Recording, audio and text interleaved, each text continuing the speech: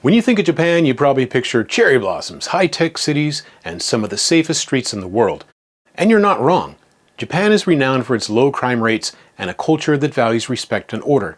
But even in a place as safe as this, crime still exists.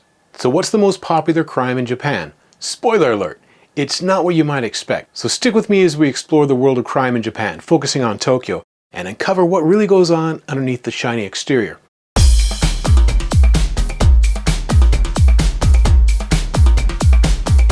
Japan is often called one of the safest countries in the world. Violent crimes like murder and robbery are incredibly rare, especially in a global city like Tokyo. But crime doesn't always involve high-stakes drama. In fact, the most common crime here is something much more ordinary: theft. Yes, you heard that right. Stealing is the #1 offense in Japan, and it comes in many forms, from shoplifting to bicycle theft, car break-ins to pickpocketing. These everyday crimes make up the bulk of Japan's criminal activity. We're here in Shibuya. Let's talk about shoplifting. If you've ever walked through Tokyo's dazzling commercial districts like Shibuya, Harajuku, or Ginza, you know these places are packed with stores selling everything from high-end fashion to quirky gadgets. But with all this temptation, shoplifting is a real issue. It's one of the most common types of theft in Japan, especially in crowded areas where it's easy to slip something into your bag and blend into a crowd. Convenience stores, or konbini as they're called here, are prime targets. Things like snacks, cosmetics, or even small electronic items can be too tempting for some. But it's not just teenagers taking candy bars. Adults shoplift too, sometimes driven by impulse or even financial stress. Japan's police take it seriously, and many stores are equipped with high-tech security systems to catch culprits in the act. Now let's pedal over to another common crime: bicycle theft. In Japan, bicycles are everywhere. They're the go-to way to get around, especially in residential areas or smaller cities. But here's the thing: bikes are one of the most common items to steal in the country. You might leave your bike parked outside your apartment, and in the morning, it's gone. Bicycle theft is so common that it's almost a rite of passage for some people. Many don't even report the crime because, well, bikes are relatively affordable. They just replace it. And thefts are often opportunistic. Somebody might borrow a bicycle to get somewhere and then abandon it. But one theft ring involved a flatbed truck that went through neighborhoods, loading bicycles on the back of the truck. The thieves wore uniforms, and anybody who saw them might just think they were picking up illegally parked bicycles. But one morning, all the bicycles in my building were gone. Police went through the security cameras of the area and saw a flatbed truck with workers calmly picking up rows of bicycles, loading them onto the truck. Who knows where they went? Probably sold on some secondary market somewhere. But don't worry, there are ways to protect your ride. Use a heavy-duty lock and register your bicycle with the police. If it's ever stolen, gets found, they'll notify you. Although it might not be in the same shape it was when you last saw it. And if you have a high-tech battery assist bicycle, which are very common around Tokyo, just take the battery out, take it inside. It's a much less attractive target. Next up, let's talk about theft from vehicles and vehicle theft itself.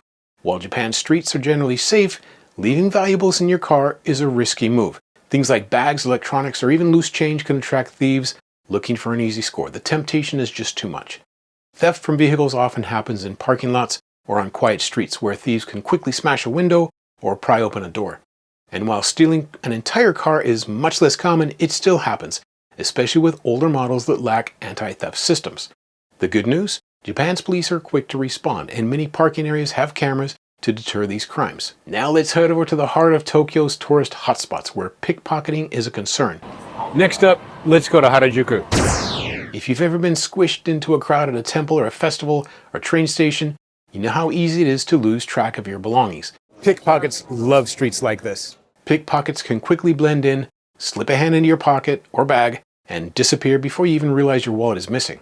Some pickpockets don't even take the whole wallet.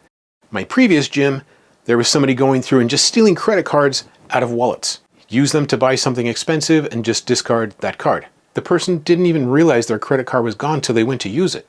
A word of caution: pickpockets also love airports because people are tired and disoriented. This makes them easy targets. Make sure to keep an eye on your belongings and don't leave your bag wide open. Even in a safe place like Japan, an open bag is an invitation to a quick-moving thief. In the 90s, there was what was called the ketchup scam. One person would distract the target by putting ketchup on their shirt, and they would offer a handkerchief and say, let me help you, and they would keep the target busy while their accomplices would slide in, get their wallet.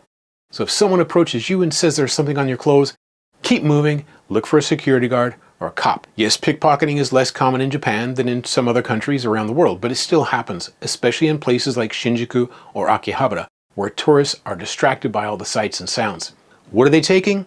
Wallets, phones, and passports are the main targets. Be aware of your surroundings when you enter a large crowd. So why is theft so common in a country known for its safety? Well, part of it comes down to opportunity. Japan's dense cities and crowded public spaces and an abundance of small shops create plenty of opportunities for quick, low-risk crimes. The culture of trust also means that people feel comfortable leaving their bags unattended, which unfortunately can be too much of a temptation. There's also something called heiwa boke. Heiwa means peace. Boke means a few different things like foolishness or complacency. Japanese people are notoriously unaware of their surroundings. You'll notice this when you try to walk through a subway station. Everybody's got their face stuck in their phone. They're not worried about their surroundings. The worst that could happen is somebody bumps into you. In the West, somebody might take your phone, take your bag, or at least yell at you and tell you to look where you're going. But nobody's really worried about their safety here. You can't do that in most Western cities. You're just looking for trouble. So stores leave supplies outside, mostly because of lack of space, but they also assume nobody's going to steal their wares. You can have your Amazon package delivered while you're at work, and it'll still be there when you get home. When you go into a coffee shop, they ask you to get a table before you order. So you put your bag on a table, order your coffee, and when you come back, your bag will be there. These are the benefits of living in a high-trust society. But even in a high-trust society, there are people who live outside the rules. They take advantage of all the complacency. Now you might be wondering, how does Japan keep its crime rates low overall? It's a mix of factors. First, there's a strong sense of community and social responsibility. People here are taught from a very young age to respect other people's property. Second, Japan's police force is very efficient with little koban, these small neighborhood police stations everywhere, making it easy to report crime. The low rate of violent crime means that police can focus on things like theft, which might explain why they're so good at catching culprits. Third, everywhere you go, there are people. And even though they don't say anything, just expect that everywhere you go, people will be watching. When you compare Japan to other countries, the difference is stark. Violent crimes like assault and robbery are a fraction of what you see elsewhere. But theft, it's universal. Even in Japan, where safety is a point of pride, people still give in to the temptation to take what's not theirs. So what can you do to stay safe in Japan? Whether you're a tourist or a resident, a few simple steps can go a long way. Lock your bike with a sturdy chain. Keep your valuables in a secure bag, especially in crowded places. Don't leave anything tempting in your car. Japan's low crime rate doesn't mean you should let your guard down completely. It just means you can enjoy this amazing country with a little extra peace of mind. At the end of the day, Japan remains one of the safest places you'll ever visit or live in. Theft might be the most common crime, but it's still relatively rare compared to other countries, and the chances of encountering something serious are slim. So come enjoy the neon lights of Tokyo, the historic temples of Kyoto, and the vibrant streets of Osaka. Just keep an eye on your wallet, lock your bike, and enjoy everything this incredible country has to offer. By the way, it's not just shoplifting and bicycles. There are massive fraud rings that go after one particular demographic. Click here to learn about that. And if you want to know how Japan keeps its crime rate so low, it might be the 99% conviction rate. Click here to learn about that.